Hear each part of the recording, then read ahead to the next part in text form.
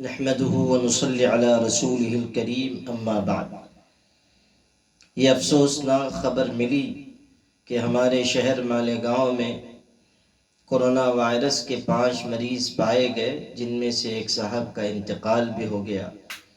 اللہ سے دعا ہے کہ اللہ تعالیٰ تمام بیماروں کو صحت و شفا عطا فرمائے، اور جو دنیا سے چلے گئے ان کی اللہ تعالیٰ مغفرت فرمائے۔ یہ مرحلہ ایسا ہے کہ جس میں پورے شہر کے لوگوں کو احتیاطی تدابیر پر پوری طرح عمل کرنا چاہیے۔ اپنے گھروں میں رہیں، بلا سخت ضرورت اپنے گھر سے نہ نکلیں، اور جو وقت اپنے گھروں میں گزرے وہ اللہ کی یاد اور اس کے ذکر کے ساتھ گزرے۔ یاد رکھیے کہ تدبیر انسان اختیار کرتا ہے، لیکن تقدیر اللہ لکھتا ہے۔ التقدیر لکھنے والے اللہ سے ہمارا تعلق مضبوط ہوگا تو اللہ تعالیٰ کی مدد اترے گی۔ یہ مرحلہ ایسا ہے کہ جس میں خوف اپنے دلوں سے دور رکھیے، کسی وہم کا شکار نہ ہوئیے، اور اس کو سمجھ لیجئے کہ بلا ہو یا وبا، مرض ہو یا قضا، سب پر اللہ کا حکم چلتا ہے۔ اللہ سے تعلق مضبوط رکھنا چاہیے اور اسی پر اعتماد و بھروسہ ہونا چاہیے۔ حضور اکرم صلی اللہ علیہ وسلم نے پریشانی اور بیماری سے بچنے کی یہ دعا سکھائی ہے۔ بسم اللہ الذی لا یضر مع اسمہ شیء فی الارض ولا فی السماء وهو السمیع العلیم۔ اس دعا کو صبح شام 3 مرتبہ اہتمام سے پڑھنا چاہیے۔ ہر بیماری، ہر پریشانی اور حادثے سے انسان کی حفاظت ہوگی۔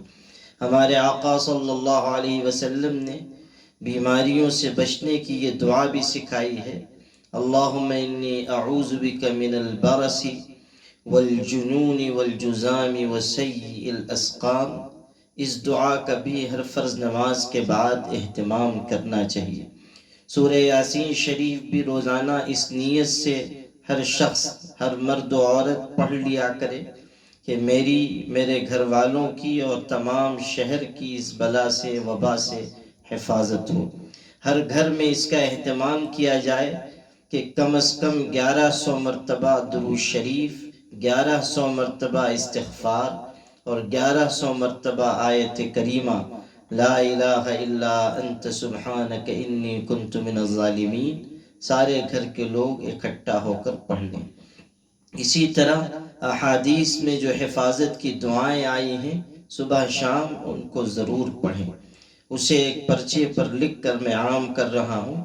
مجھے امید ہے کہ سارے شہر کے لوگ اللہ تعالیٰ کی طرف رجوع کریں گے، توبہ استغفار کا اہتمام کریں گے، اور خوف سے بچتے ہوئے اللہ پر بھروسہ کرتے ہوئے آگے بڑھیں گے۔